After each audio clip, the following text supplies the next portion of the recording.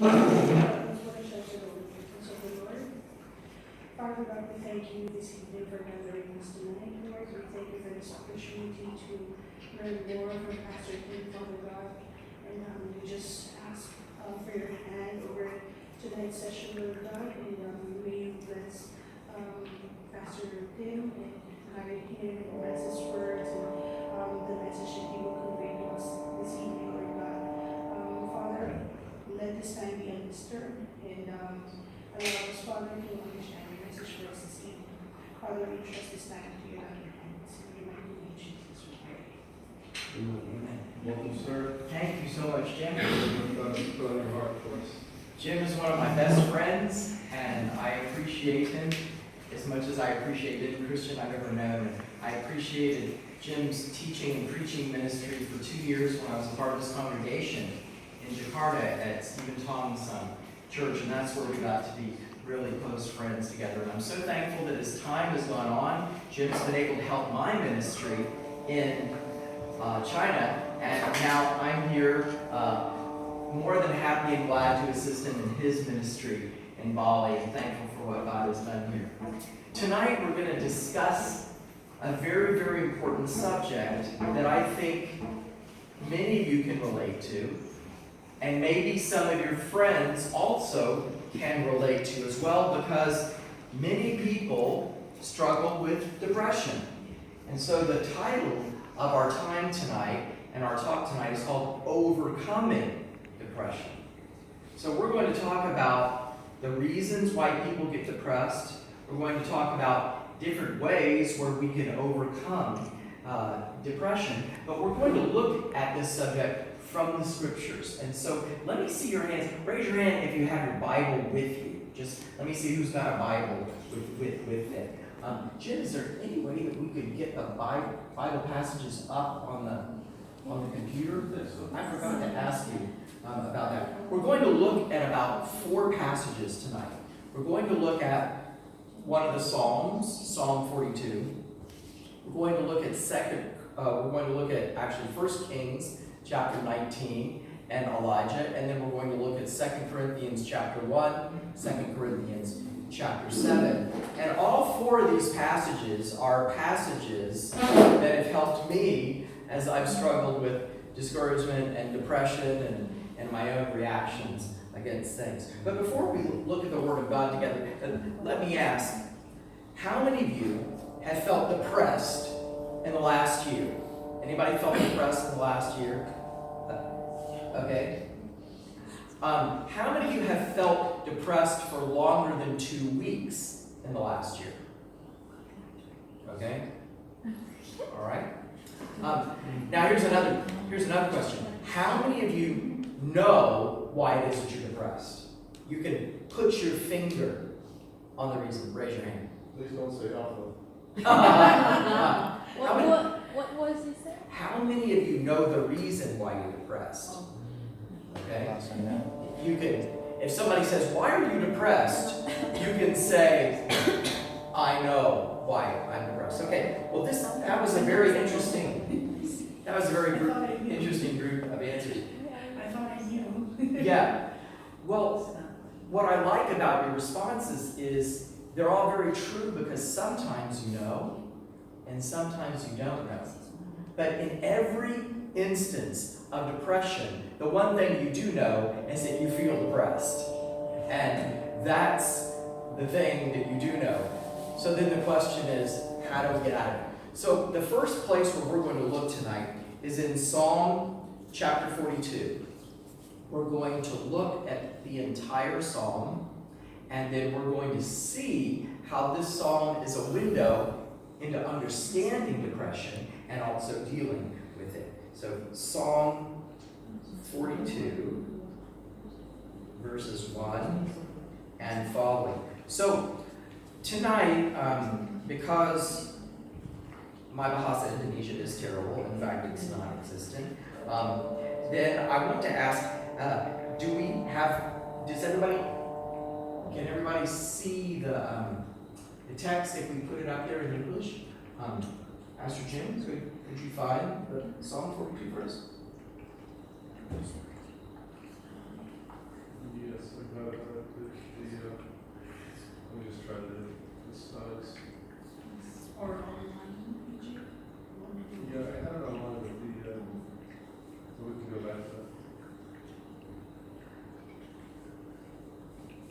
Here we go. You got it? Can you make it just a little bit bigger?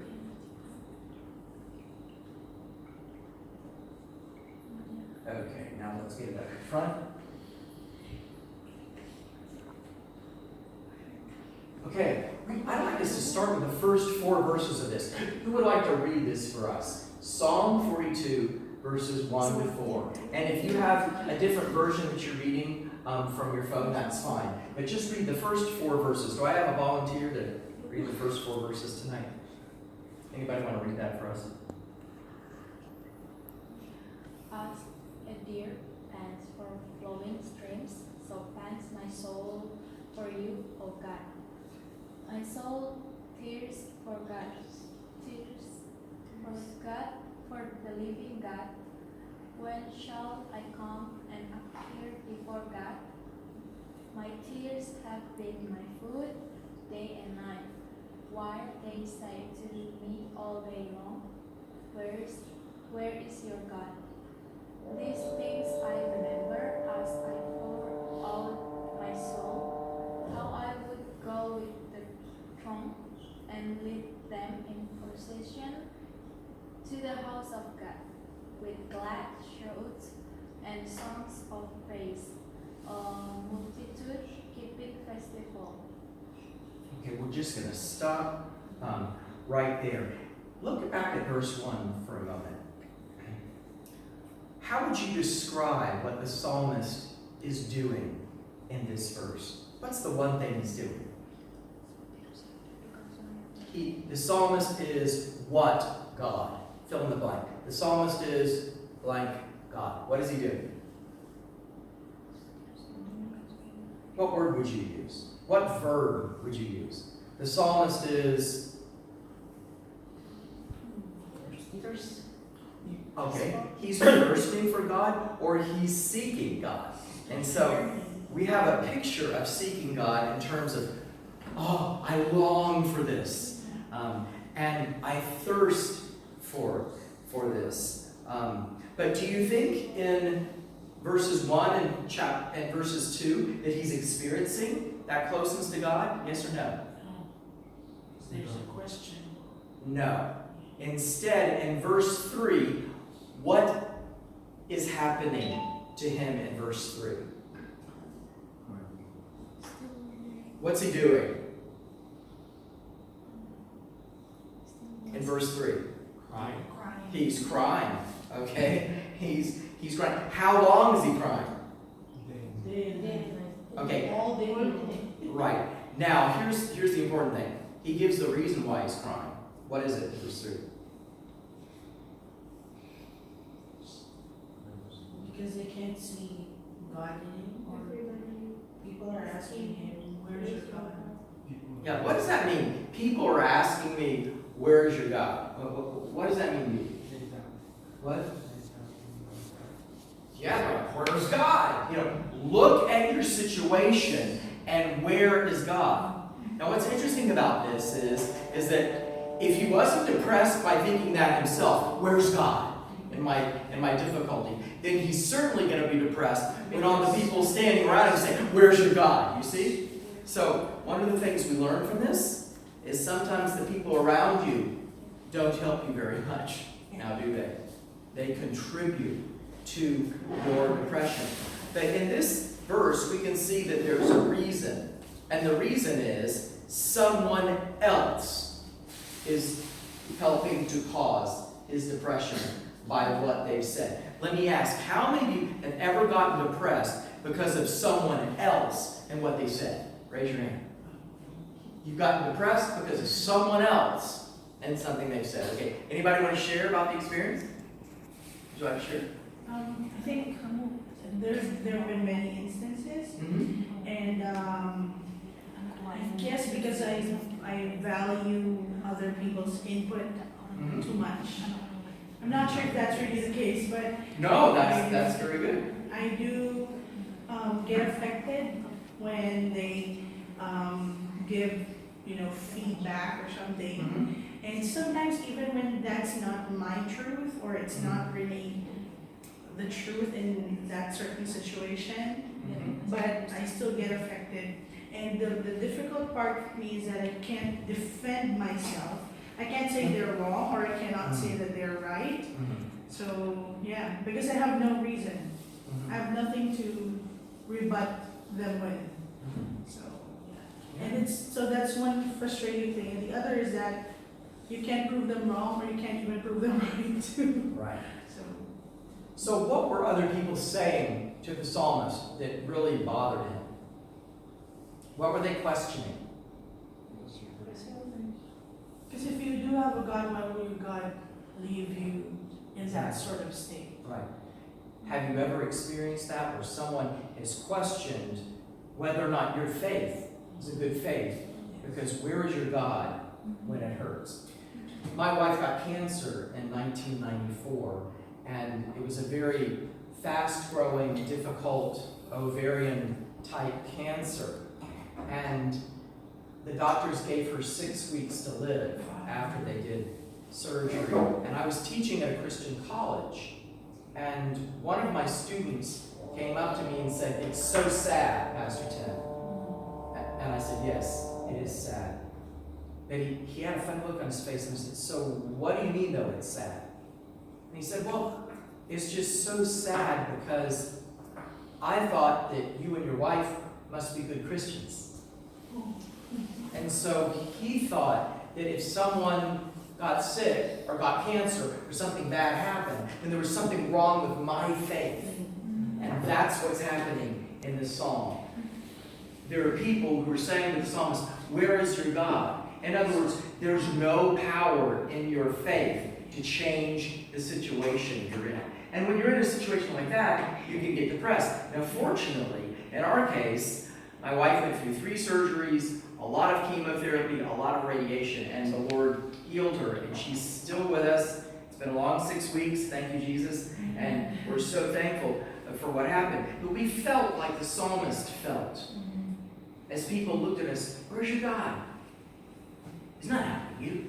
And there's a tendency of people to think that what religion does is always help you, always answer your prayers, and always give you what you want. And I tell you, if that's what you think, you will definitely be depressed. Because there's times where God will not answer your prayers. There's times where bad things happen, and you haven't done anything to cause it. And at those times, you have to remember your faith, and that your faith is in a God who loves you in spite of what's happening to you. So what did he do in verse 4? What did the psalmist do? What verb do we have in verse 4?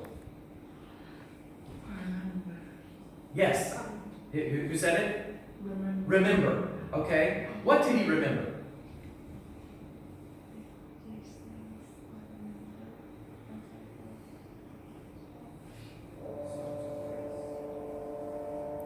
Well, there's 2 possibilities. The first thing is everything he said up to this point, and the second possibility is everything he says after that. So who can tell me up to this point, what did he say? What could he be remembering? Is it good stuff or bad stuff? Good stuff. Up to the middle of verse 4. What did he remember? Back in verse 3. Is it good or bad? It's bad. You know, it's what other people say. But when you go on, okay, these things I remember and I pour out my soul within me. And then he remembers something else. What is that in the second half of verse 4? What does he remember? He goes to the house of God. Right. Songs of praise. So what's he remembering? What? You guys are going to have to speak up a little bit. That toilet upstairs is really outdoing us tonight. So what does he remember? It's worship, I think. Good times. The good times. Yes. He remembers the good times of worship. Are those good times right now happening to him? Yes or no? No. No. Let me ask you a second question. Has remembering how good your situation used to be ever made you depressed? Yes. Yeah. remembering a time where you had more money, remembering a time where more people loved you than they do right now, remembering a time where what? You know, what have you remembered about a better time that's made you depressed? Let's have a few of you share. Can you think of a time where things were better, and as you thought about it, it made you depressed?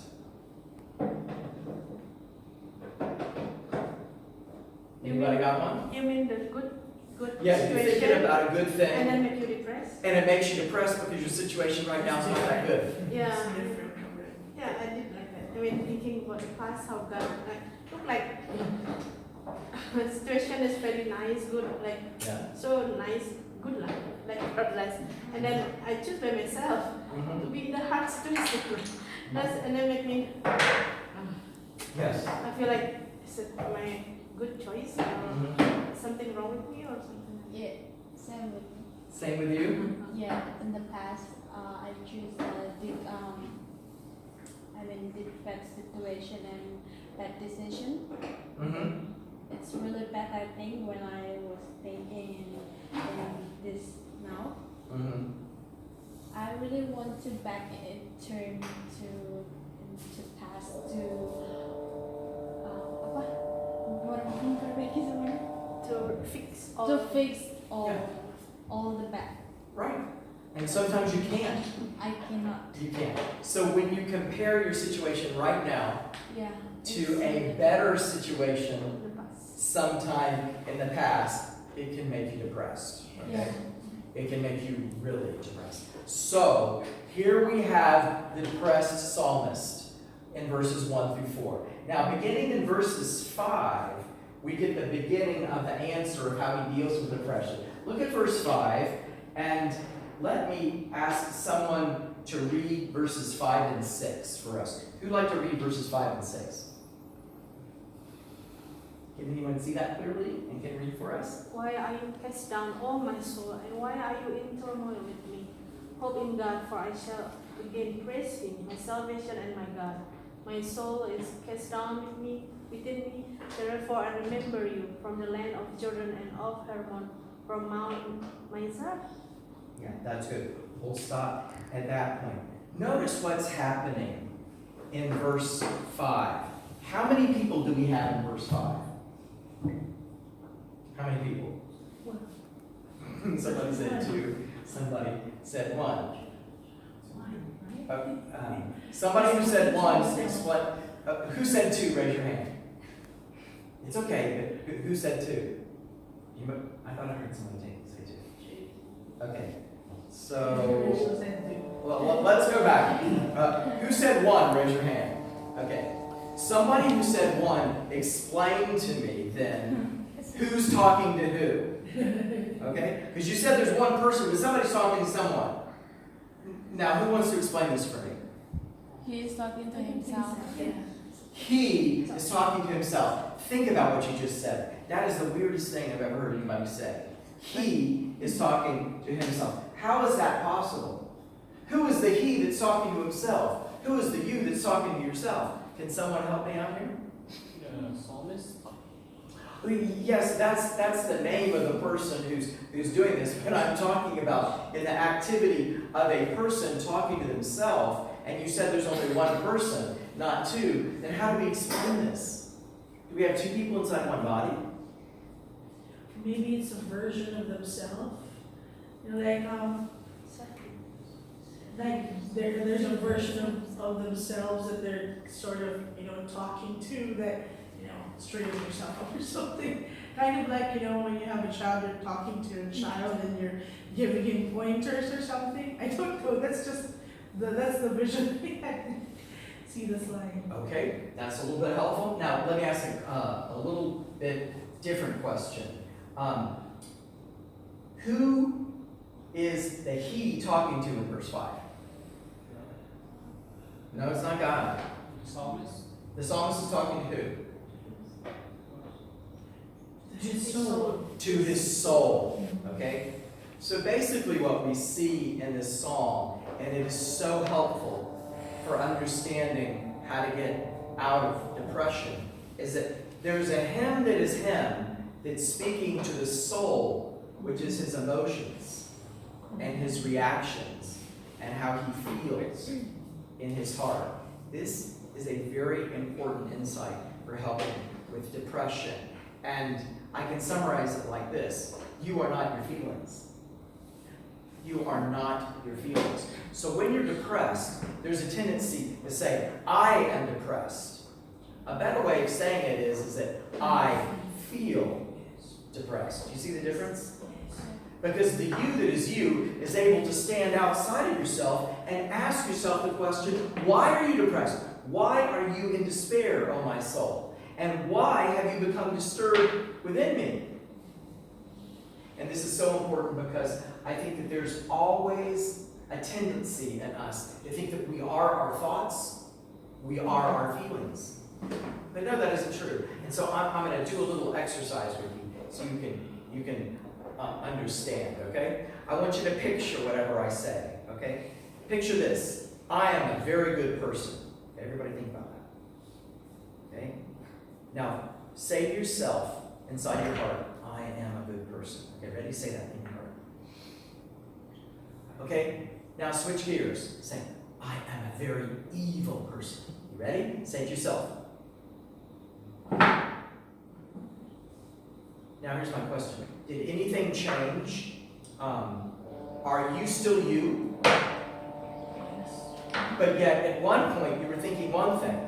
And at another point you were thinking something completely different. A lot of our depression comes from how we think about ourselves. And the truth is that you can't change who you are. You can't change most things. But what you can change is your realization that what you think may or may not be right. What you feel may or may not be right. But more often than not, I find with my own depression, I'm the one who's wrong. And often my thoughts are wrong. I'm not trying to invalidate my feelings. I'm not trying to say that my feelings aren't important. But what I'm trying to say is that sometimes my feelings lead me astray. And when I look to this psalm, I realize I'm not my feelings. And so that allows me to stand outside of myself and ask myself the question that you have to ask yourself if you want to get out of depression, which is, why am I depressed? Why are you cast down, oh my soul? And why is my soul disquieted within me? Now let's brainstorm. What could be some possibilities of different things that make people depressed? Some of you share. Let's just share a few. What are things that can make you depressed? Work. Okay, work. All right? Because my situation is challenging. So we can call that situational depression. I'm depressed because my situation is hard or challenging. They don't pay me enough money or something like that. Okay, someone else. What's another kind of depression? Pressure from the family. Yes. Okay. So in the first case, we had a situation. In the second case, we have people. So other people, especially those close to us, can make us depressed. Someone else. What else can make you depressed? Failure. What? Failure. Failure. Why does failure make you depressed? Somebody said at one point, they said, failure is the first step on the pathway to success. So not everyone gets upset when they fail. So why does failure make you depressed? Maybe in a way we search for and turn up. Well, anybody else want to share? Why would failure make you depressed? Failure made me depressed for a long part of my life. I'll tell you why in just a second. But why does failure make you depressed?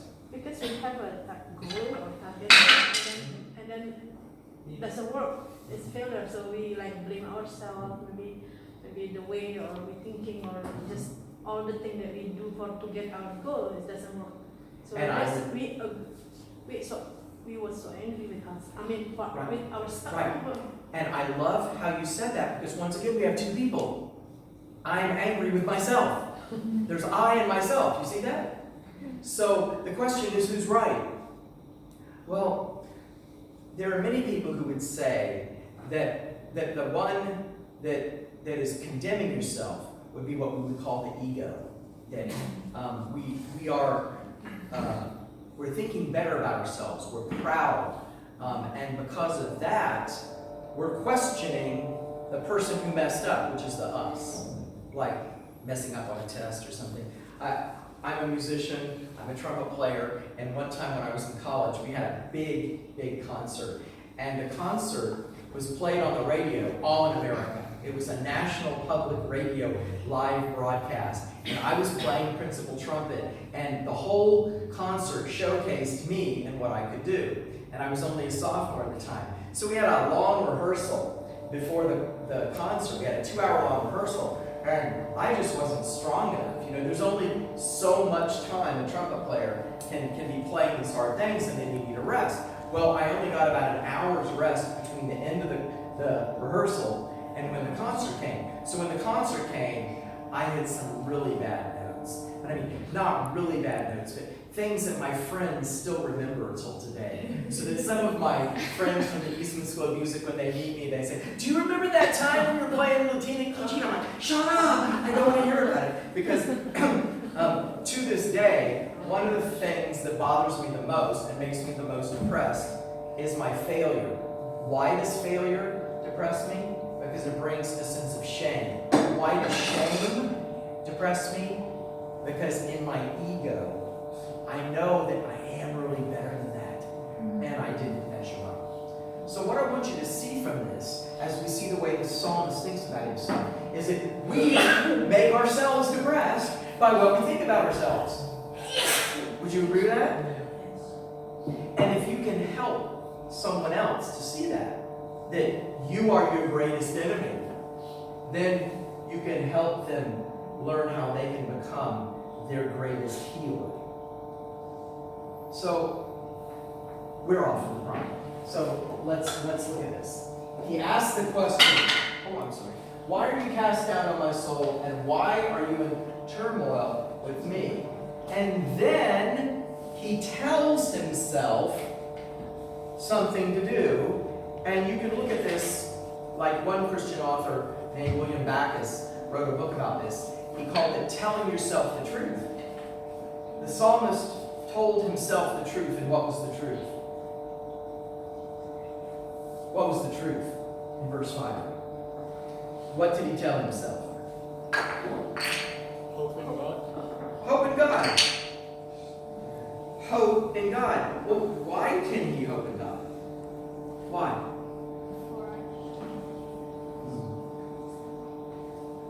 I mean, he's disturbed, but why can he hope in God?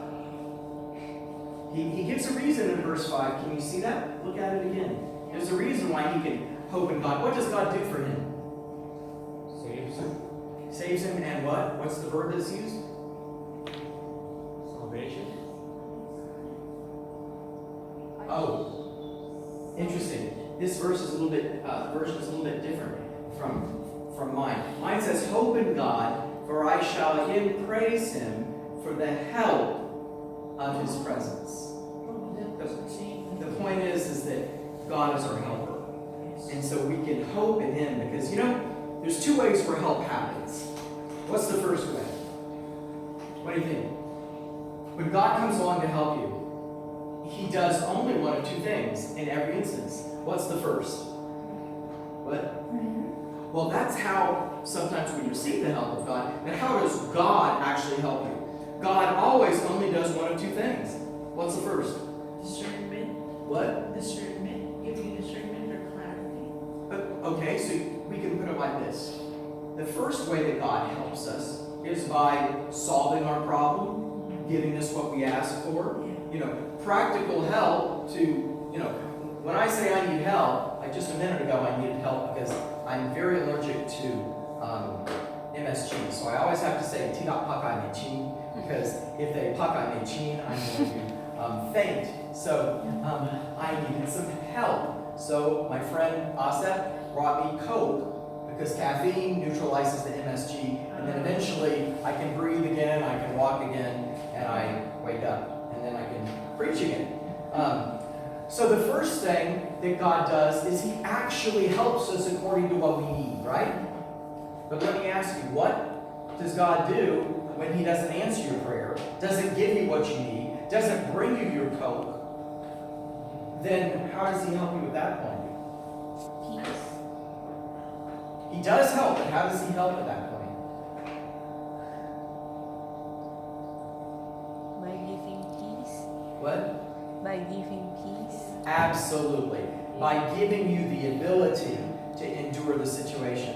There's one place in the book of Philippians chapter 4, where Paul says, I've learned to be content in all circumstances. I've learned how to be abased. That means not have a lot. And I've learned how to abound. I've learned the secret of having an abundance and yet suffering need. I can do all things through Christ who strengthens me.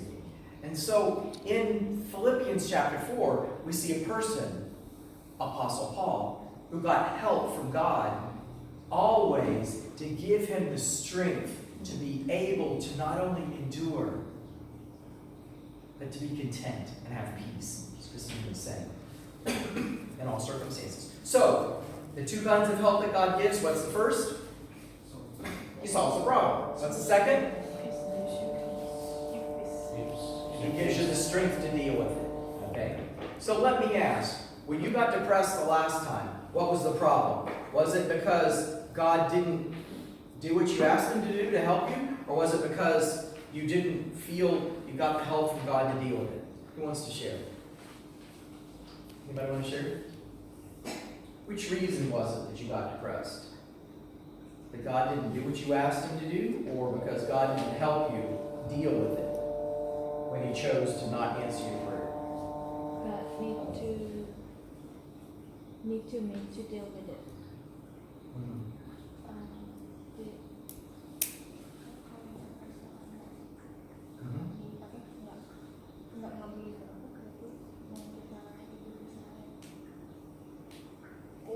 When God not answer my prayer,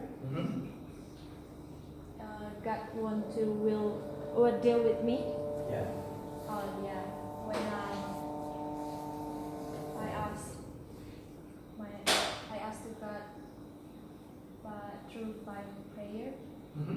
Sometimes not happen what I want, but Yes. I try to deal with it and then keep praying. Maybe God will give me another answer in another time. Good. From the time God, that's excellent. what I think. So let me ask you one more question. Let me ask you all one more question. Think about this. When God doesn't help you and answer your prayer, besides getting depressed, how do you respond? What are your different responses? Anger. Anger, exactly.